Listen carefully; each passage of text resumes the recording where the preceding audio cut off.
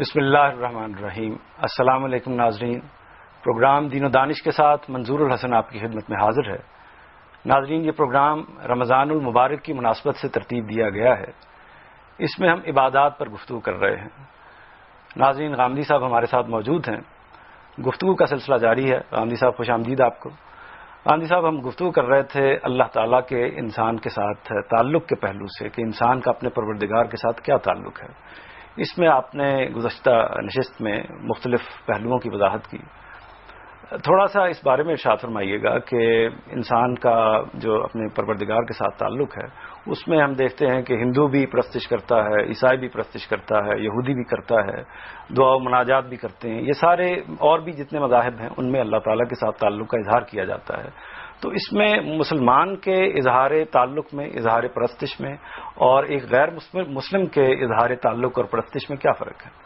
تعلق کا اظہار تو ہر شخص کرے گا، یعنی خدا کے ساتھ جب ہم ایک تعلق محسوس کرتے ہیں تو مذہب کوئی بھی ہو، انسان ہے، انسان کی حیثیت سے تعلقات کے اظہار کے اسالیب تلاش کریں گے۔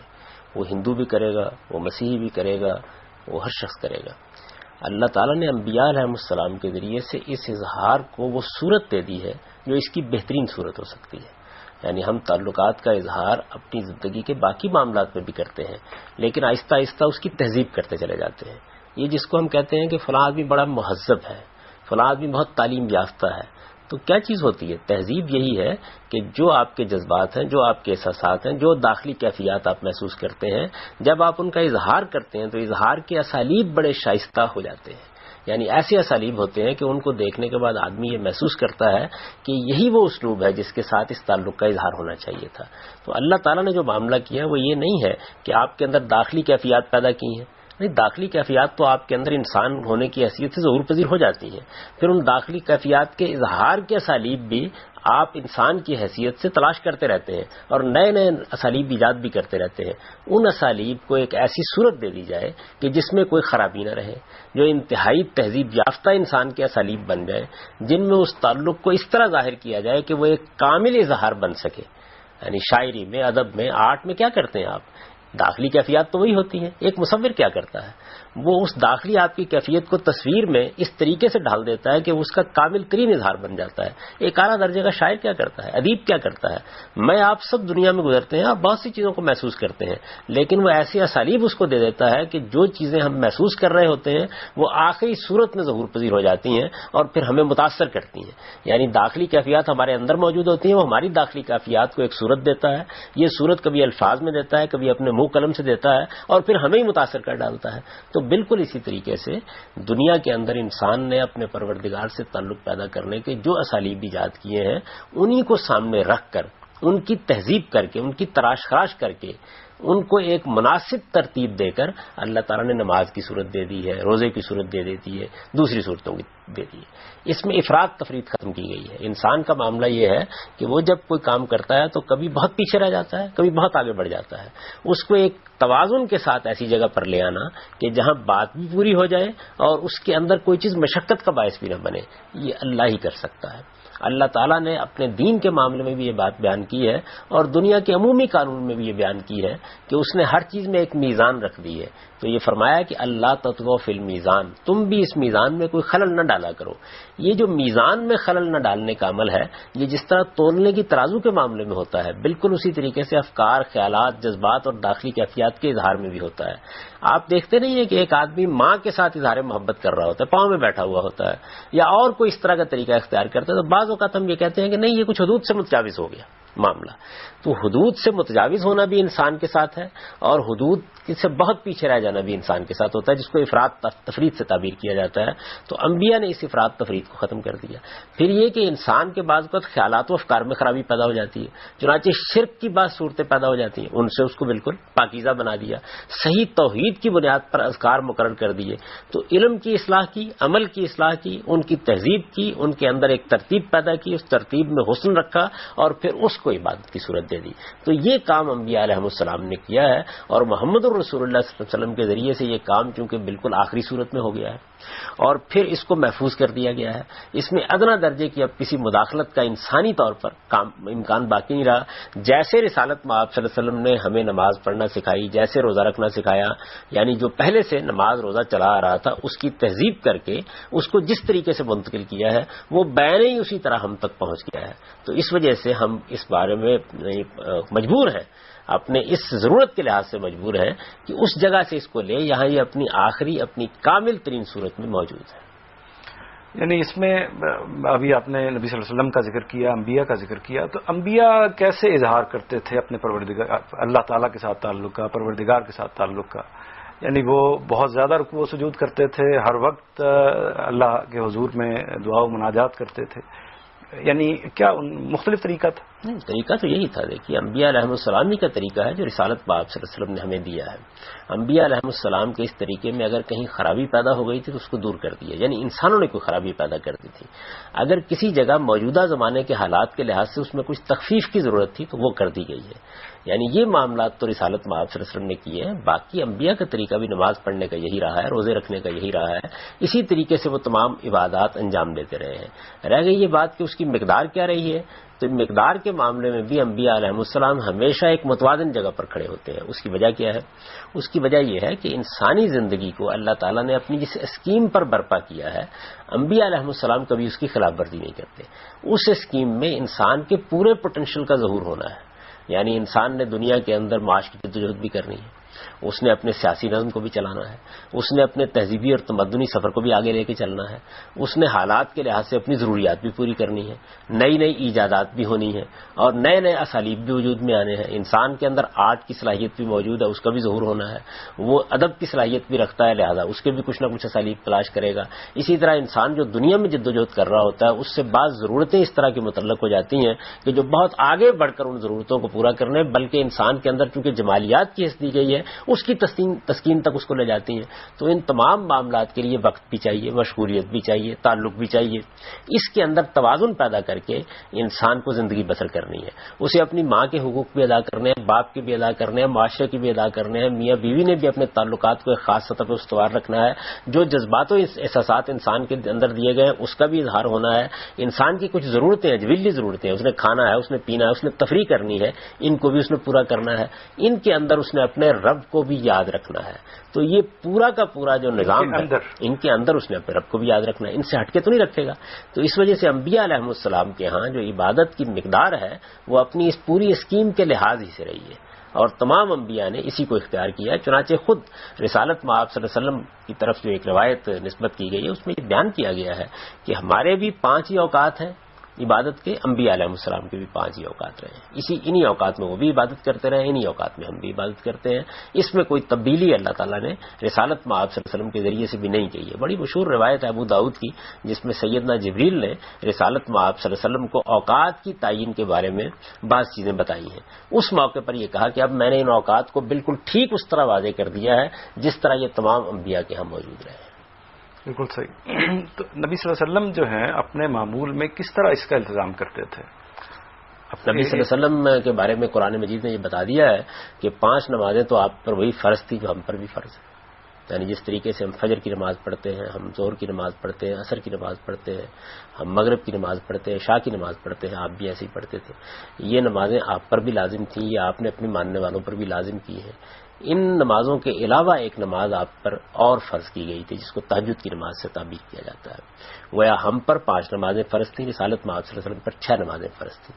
تہجد کی نماز فجر سے پہلے پڑھی جاتی ہے، یعنی آپ عشاء کے بعد اور فجر سے پہلے یہ نماز ادا کرتے ہیں. یہ ہمارے لیے تو اب ایک نفل نماز ہے، لیکن رسالت میں آپ صلی اللہ علیہ وسلم اس کو اسی طرح ادا کرنے کے پابند تھے جس طرح ہم 5 نمازیں ادا کرنے کے پابند ہیں. تو آپ ان 5 نمازوں کا بھی اہتمام کرتے تھے اور تہجد کی نماز کا بھی اہتمام کرتے تھے. تہجد کی نماز کبھی 3 رکعت، کبھی 5 رکعت، کبھی 7 رکعت، کبھی 9 رکعت، کبھی اس سے بھی زیادہ 11 رکعت، 13 رکعت تک بھی رسالت میں آپ صلی اللہ علیہ وسلم پڑھتے تھے. تو یہ تو آپ کا ایک معمول تھا. اس کے ساتھ قرآن نے ایک اصول بیان کیا ہے. وہ اصول یہ بیان کیا ہے کہ اللہ تعالیٰ جب کسی چیز کو فرض کر دیتے ہیں تو فرض تو وہ اللہ تعالیٰ نے جتنی کی ہے اتنی ہوتی ہے، اس میں کوئی کمی نہیں ہو سکتی، اس میں کوئی بیشی نہیں ہو سکتی. لیکن ہر نیکی کا کام ہاں وہ عبادتی کا کیوں نہ ہو، آپ اسے اپنی طرف سے اپنے شوق سے بھی کر سکتے ہیں۔ قرآن نے اس کو بیان کیا کہ وَمَن تَطَوَّعَ خَيْرًا فَإِنَّ اللَّهَ شَاكِرٌ عَلِيمٌ، اگر کوئی شخص کوئی نیکی کا کام اپنی طرف سے آگے بڑھ کے کرتا ہے، یعنی اللہ نے تو اتنا فرض کیا تھا لیکن آگے بڑھ کے کرتا ہے، مثال اس کی لے لیجئے کہ ہم پر اللہ تعالیٰ نے زکوٰۃ فرض کی ہے، یہ بتایا ہے کہ اتنے فیصد آپ اللہ کی راہ میں لازمن دے دیں گے، یہ تو لازمن ہے، ہمیں دینے ہیں، لیکن اس کے بعد ترغیب دی ہے کہ اپنے شوق سے آدمی کو اللہ کی راہ میں مزید بھی خرچ کرنا چاہیے۔ تو بالکل اسی طریقے سے جو فرض عبادت ہے وہ تو حضور پر بھی اتنی تھی، جیسے میں نے عرض کیا ہم پر بھی اتنی تھی سوائے ایک تہجد کی نماز کے، لیکن اس کے بعد آپ اپنے شوق سے بھی نوافل کا اہتمام کرتے تھے۔ تو جو شوق سے نوافل کا اہتمام کرتے تھے وہ وہی ہیں جن کو ہم سنت سے تعبیر کرتے ہیں۔ یہ جو سنت ہے یہ اپنی حقیقت کے لحاظ سے نفل نمازیں ہیں جو رسالت میں آپ صلی اللہ علیہ وسلم بالعموم پڑھا کرتے تھے، ان کو سنت موقدہ کہا جاتا ہے، اور جو بالعموم نہیں پڑھتے تھے یا جو آپ نے نہیں پڑھی اور کسی کو بتا دیا ہے ان کو سنت غیر موقدہ کہا جاتا ہے۔ تو یہ نوافل ہے، چنانچہ مسلمانوں کے ہاں پوری طرح وہ پوری کی پوری روایت محفوظ ہے جو حضور سے ہم کو منتقل ہوئی ہے، یعنی فرض نماز جو آپ نے ہم پر لازم کی وہ تو بہرحال ایک سنت کے طور پر جاری کر دی گئی، اس کے ساتھ حضور جو نماز پڑھا کرتے تھے نفل نماز کے طور پر وہ ہم مسلمانوں کے عام طور پر لوگ اس سے واقف ہوتے ہیں، انہیں معلوم ہے کہ اتنی رکعتیں آپ پہلے پڑھتے تھے، اتنی بعد میں پڑھتے تھے، کسی نماز سے پہلے پڑھتے تھے اور کسی نماز سے پہلے نہیں پڑھتے تھے، اس سب سے مسلمان واقف ہیں۔ عامر صاحب پروگرام کا سلسلہ بھی جاری ہے، ناظرین وقت ہوا ایک بریک کا، بریک کے بعد دوبارہ آپ کی خدمت میں حاضر ہوتے ہیں۔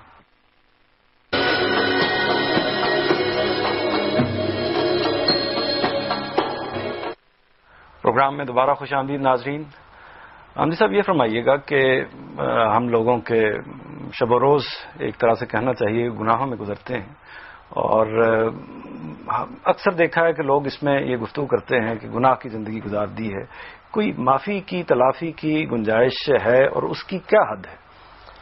اللہ تعالیٰ نے گناہوں کی معافی کا ایک پورا قانون قرآن مجید میں بیان کر دیا ہے، یہ بات بتا دی ہے کہ بڑے سے بڑا گناہ بھی اگر کسی آدمی سے سرزد ہو جاتا ہے تو اسے فوراً اپنے رب کی طرف رجوع کرنا چاہیے۔ اللہ تعالیٰ نے فرمایا ہے کہ میں نے اپنے اوپر لازم کر رکھا ہے کہ جب گناہ کر کے آدمی میری طرف رجوع کرے گا تو میں اس کے گناہ کو معاف کر دوں گا، لیکن فوراً رجوع کرنا چاہیے۔ یعنی گناہ جب بھی انسان سے ہوتا ہے تو کوئی جذبہ ہے جو اس پر غلبہ پا لیتا ہے، جب وہ اپنے اس جذبے کے سے مغلوب ہو کر گناہ کا ارتکاب کر بیٹھتا ہے تو لازماً اس کیفیت سے باہر آتا ہے۔ کیفیت سے باہر آنے کے بعد جب ٹھنڈے دل و دماغ کے ساتھ وہ سوچتا ہے تو اس کو معلوم ہو جاتا ہے، اس کا ضمیر بھی اس کو بتا دیتا ہے کہ اس نے غلطی کی ہے۔ اس موقع پر آدمی کو فوراً اپنے پروردگار کی طرف لوٹ آنا چاہیے۔ تو جو آدمی فوراً پروردگار کی طرف لوٹ آتا ہے، اللہ تعالیٰ نے فرمایا کہ بڑے سے بڑا گناہ بھی اس نے کیا ہے تو میں اسے معاف کر دوں گا۔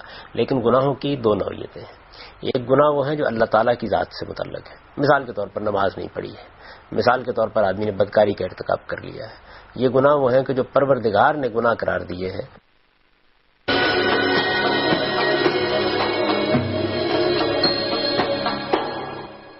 گناہ وہ ہیں کہ جو پروردگار نے گناہ قرار دیے ہیں اور پروردگار کے ساتھ تعلق کے حوالے سے گناہ قرار پاتے ہیں، ان میں تو یہ کافی ہے کہ آپ نے اللہ تعالیٰ سے معافی مانگی۔ دوسری بات کا پہلے جو بدکاری کا تعلق ہے وہ تو انسانی معاشرے ہی سے ایک طرح سے متعلق ہوتا ہے۔ دیکھیے بات یہ ہے کہ ایک تو یہ ہے کہ کسی نے کسی کی مرضی کے خلاف اس کے ساتھ اس طرح کے کسی معاملے کا ارتکاب کیا ہے تو یہ تو انسانی حقوق کا مسئلہ بن جائے گا، لیکن جہاں تک بدکاری رضامندی کے ساتھ بدکاری کا تعلق ہے اور اسی کو بدکاری یا زنا سے تعبیر کیا جاتا ہے، یہ خدا نے گناہ قرار دیا ہے۔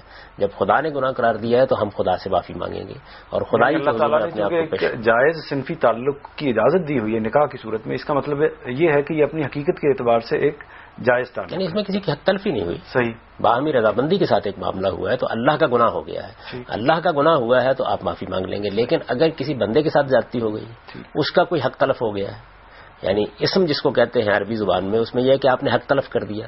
بغی جس کو کہتے ہیں وہ یہ ہے کہ آپ نے کسی کی جان مال آبرو کے خلاف زیادتی کر دی، آپ نے ملاوٹ کر دی ہے، آپ نے کم تول دیا ہے، آپ نے کسی کی زمین ہتھیا لی ہے، آپ نے کسی کو جھوٹ بول کر دھوکہ دیا ہے، کوئی ایسا کام کیا ہے کہ جس میں دوسرے کا حق تلف ہو گیا یا دوسرے کے ساتھ زیادتی ہو گئی ہے، تو اس میں پھر تنہا یہ کافی نہیں ہے کہ آپ اللہ تعالیٰ سے معافی مانگیں، آپ کو اس کی تلافی بھی کرنی چاہیے۔ یعنی یہ تو نہیں ہو سکتا کہ آپ نے کسی کی زمین ہتھیا لی، زمین پر تو آپ قبضہ کیے ہوئے ہیں اور اللہ سے معافی مانگ رہے ہیں، آپ کو زمین چھوڑنی ہوگی۔ آپ نے کسی کو کم تول دیا ہے تو اس کو پورا کرنا ہوگا۔ اس وجہ سے یہ معاملہ بڑی سنگینی اختیار کر لیتا ہے، یعنی اس میں اللہ تعالیٰ کی ناراضی ہوتی ہے اس کو بھی دور کرنے کے لیے آدمی کو معافی مانگنی ہے، اور بندے کا حق تلف ہو گیا ہے اس کو بھی راضی کرنا پڑے گا۔ لیکن جن گناہوں میں بندے کا حق جو ہے وہ واپس نہیں کیا جا سکتا، مثال کے طور پر قتل ہو جاتا ہے انسان، اس کے ساتھ تو معاملہ کیا نہیں جا سکتا دوبارہ۔ نہیں، اس میں بھی دیکھیے کہ اس مقتول کے اعزاء و اقربا یہاں موجود ہوتے ہیں، وہاں تو معاملے میں اور بھی زیادہ سنگینی پیدا ہو گئی۔ مقتول کے اعزاء اقربا کو آپ یہاں راضی کرتے ہیں، کوشش کرتے ہیں کہ معافی تلافی کے ذریعے سے آپ ان کی گرفت سے بچیں، اس کے بعد پھر قیامت میں ایک معاملہ پیش ہوگا کہ جس میں آپ کو مقتول کے ساتھ معاملہ کرنا پڑے گا۔ اسی وجہ سے میں یہ توجہ دلا رہا تھا کہ ایک تو گناہ وہ ہیں جو اللہ تعالیٰ کی بارگاہ میں ہوتے ہیں، تو ان گناہوں کے معاملے میں تو اللہ سے معافی مانگی جاتی ہے، اور وہ گناہ جو انسانوں کے حقوق تلف کر دیتے ہیں ان میں اللہ سے بھی معافی مانگی جائے گی، کیونکہ وہ اللہ کے بھی حقوق ہیں، اور اس کے ساتھ کیونکہ انسانوں کے بھی وہ حقوق ہے تو انسانوں سے بھی معافی بھی مانگنی ہوگی اور تلافی بھی کرنی ہوگی۔ تو یہ طریقہ اللہ تعالیٰ نے بتا دیا۔ اس کے بعد یہ ہے کہ اگر آدمی بڑے بڑے گناہوں سے بچنے کی کوشش کرتا ہے، یعنی اللہ تعالیٰ نے اس کی فہرست خود بیان کر دی ہے کہ بڑے بڑے گناہ کیا ہیں، تو بڑے بڑے گناہ جن کو کبیرہ گناہ کہا جاتا ہے، اگر ان سے آدمی بچنے کی کوشش کرتا ہے تو اللہ تعالیٰ نے ضمانت دی ہے قرآن مجید میں کہ الذین یجتنبون کبائر الاثم والفواحش نکفر عنہم سیئاتہم، یعنی اگر بڑے بڑے کبیرہ گناہوں سے لوگ بچنے کی کوشش کرتے ہیں تو پھر اللہ تعالیٰ چھوٹی چھوٹی جو غلطیاں ہوتی ہیں ان کو ویسے ہی معاف کر دیتے ہیں۔ یعنی یہ جو غلطیاں ہیں یہ اللہ کی عنایت سے ویسے ہی معاف ہو جاتی ہیں، کیونکہ انسان نے بڑے بڑے گناہوں سے اپنے آپ کو بچانے کی کوشش کی ہے۔ تو اس کے معاملے میں یہ جہاں تک بڑے بڑے گناہوں کا تعلق ہے ان کی فہرست سورہ بنی اسرائیل میں اللہ تعالیٰ نے خود بیان کر دی ہے، وہ کسی وقت ہم زیر بحث لے آئیں گے۔ اس فہرست میں یہ بیان کر دیا گیا ہے کہ وہ کیا چیزیں ہیں کہ جو اللہ کے ہاں کبیرہ گناہ قرار پائی جاتی ہیں اور جن کی تلافی انسان کے لیے کرنا ضروری ہے۔ ان میں اگر آپ دیکھیں تو اللہ کے حقوق کے لحاظ سے صرف ایک جرم بیان ہوا ہے اور وہ شرک ہے، باقی 9 چیزیں 10 بڑی چیزیں ہیں۔ یہ قرآن کے 10 کمانڈمنٹس ہیں، یہ بالکل وہی چیزیں ہیں کم و بیش جو تورات میں بھی اسی عنوان سے 10 کمانڈمنٹ سے بیان ہوئی ہیں اور عام طور پر اسی عنوان سے بیان بھی کی جاتی ہیں۔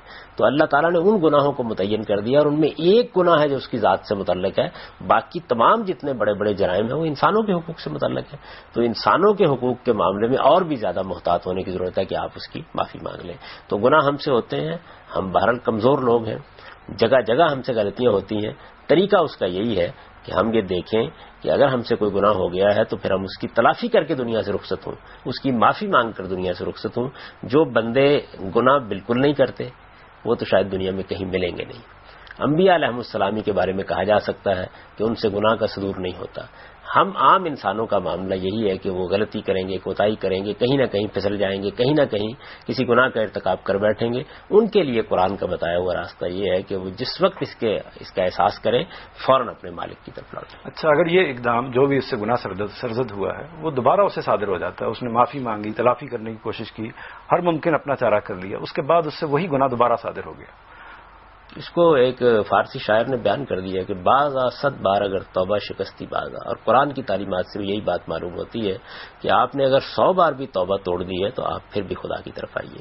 دیکھیے، جب تک اللہ نے آپ کو مہلت دے رکھی ہے اس کے معنی یہ ہے کہ وہ آپ کی توبہ قبول کرنے کے لیے بھی پوری طرح تیار ہے۔ تو توبہ کیجئے، بار بار توبہ کیجئے اور اپنے رب کے سامنے اپنے آپ کو ڈال دیجئے۔ جب انسان بار بار خدا کی طرف رجوع کرتا ہے تو آہستہ آہستہ یہ قوت اور صلاحیت اس کے اندر پیدا ہو جاتی ہے کہ پھر وہ گناہوں کے ارتکاب سے بچنے لگتا ہے۔ تو بار بار آنا چاہیے ورنہ شیطان مایوس کر دے گا، اور شیطان کا ایک بڑا حملہ یہی ہوتا ہے کہ وہ جب آدمی گناہ کرتا ہے پھر توبہ کرتا ہے، پھر گناہ کرتا ہے، پھر توبہ کرتا ہے، بار بار ایک ہی گناہ کا ارتکاب کرتا ہے، تو پھر وہ آ جاتا ہے اور آ کر انسان کو یہ بتاتا ہے کہ دیکھو تم نیکی کا راستہ نہیں اختیار کر سکتے۔ اس کا مطلب یہ ہوتا ہے کہ انسان مایوس ہو کر اپنے آپ کو گناہوں کے حوالے کر دے۔ اللہ تعالیٰ یہ کہتے ہیں کہ لا تقنطوا من رحمت اللہ، اللہ کی رحمت سے کبھی مایوس نہ ہوا کرو، تم نے بڑے سے بڑے گناہ کا بھی ارتکاب کیا ہے تو میری بارگاہ میں واپس آ جاؤ۔ ہم جیسا پروگرام کا سلسلہ بھی جاری ہے۔ ناظرین، یہاں پر وقت ہوا ایک بریک کا، بریک کے بعد دوبارہ آپ کی خدمت میں حاضر ہوتے ہیں۔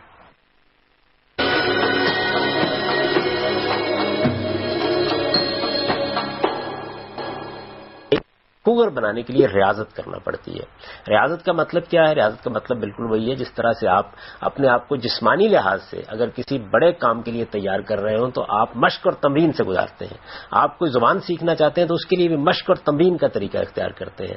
آپ کو علم سیکھنا چاہتے ہیں تو اس میں بھی یہی طریقہ اختیار کرتے ہیں۔ تو یہ جو ریاضت ہے یہ اصل میں انسان کو ہر معاملے کرنی پڑتی ہے۔ یہی ریاضت اسے اپنی اخلاقی تطہیر اور اپنے اخلاقی تزکیے کی بھی کرنی پڑتی ہے۔ اس کے لیے یہ ضروری ہے کہ انسان انسان خدا کو یاد رکھے. چنانچہ عبادات در حقیقت خدا کی اس یاد دہانی کو قائم رکھنے کے لیے اس پر لازم کی جاتی ہیں تاکہ بار بار اسے تنبیہ ہوتی رہے. تو کچھ کردار خواہش سے ادا کیا جاتا ہے جو تعلیم، تربیت، تہذیب اور تادیب کی صورت میں ہوتا ہے. کچھ کردار انسان اختیار کرتا ہے جب وہ سمجھ لیتا ہے کہ مجھے اپنے آپ کو آگے بڑھانا تو ریاضت کرے گا. اس کا پہلا مرحلہ یہ ہوتا ہے کہ وہ اپنے آپ کو یہ سجیسٹ کرتا ہے اور پھر یہ ارادہ اپنے اندر محکم کرتا ہے کہ مجھے صحیح راہ پر گامزن رہنا ہے. یہ ارادہ ہے جو انسان کے اندر ایک قوت پیدا کر دیتا ہے. اگر اپنے ارادے کی اس قوت کا امتحان کرنا ہو کبھی تو لیٹتے وقت پورے استحکام کے ساتھ یہ ارادہ کر لیجئے کہ میری نیند فلاں وقت میں کھل جانی چاہیے, تو آپ یہ دیکھیں گے کہ آپ کا یہ اندرونی ارادہ کام کر کے آپ کے نفس کو بیدار کر دے گا. تو یہ جو بیداری نفس ہے یہ ہمیں اپنے عام معاملات میں بھی ہر وقت ملحوظ رکھنا پڑتی ہے. اس کے نتیجے میں ایک ریاضت اور مشقت میں آپ بار بار نیکی کو اختیار کرنے کا ارادہ کرتے ہیں اور پھر اپنے اوپر ذرا زور لگا کر اس کو انجام دینے کی کوشش کرتے ہیں. ایک وقت پھر ایسا آ جاتا ہے کہ جس طریقے سے آپ کسی کام کو سیکھ لیتے ہیں تو پھر آپ بے تکلف وہ کام انجام دیتے ہیں. نیکی، اخلاق اور تقوی بھی آپ کا روزمرہ بن جاتا ہے اور اس کو بھی ایک طرح سے آپ کی عادات کی صورت حاصل ہو جاتی ہے اور عادات سے آگے بڑھ کر یہ کیفیات کی صورت اختیار کر لیں. یہ ظاہر بات ہے کہ پھر وقت کے ساتھ ہوتا ہے, یہ 2 دن میں نہیں ہو جاتا. ریاضت اور مشقت یا جس کو کہنا چاہیے مشق کہنا چاہیے, اس کے آپ نے جس کی طرف توجہ دلائی ہے, اس میں کیا یعنی کوئی خاص طریقہ ہے, کوئی خاص چلے ہیں یا کوئی خاص طریقہ کار ہے جس کو ہم اختیار کریں تو پھر آہستہ آہستہ ہم ان چیزوں سے بچنے کی طرف آمادہ ہو سکتے ہیں؟ دیکھیے بات یہ ہے کہ اس کے کچھ تو سادہ طریقے ہیں جس کو میں نے کم و بیش بیان کر دیا ہے, جو ہر انسان کسی بھی معاملے میں اختیار کرتا ہے.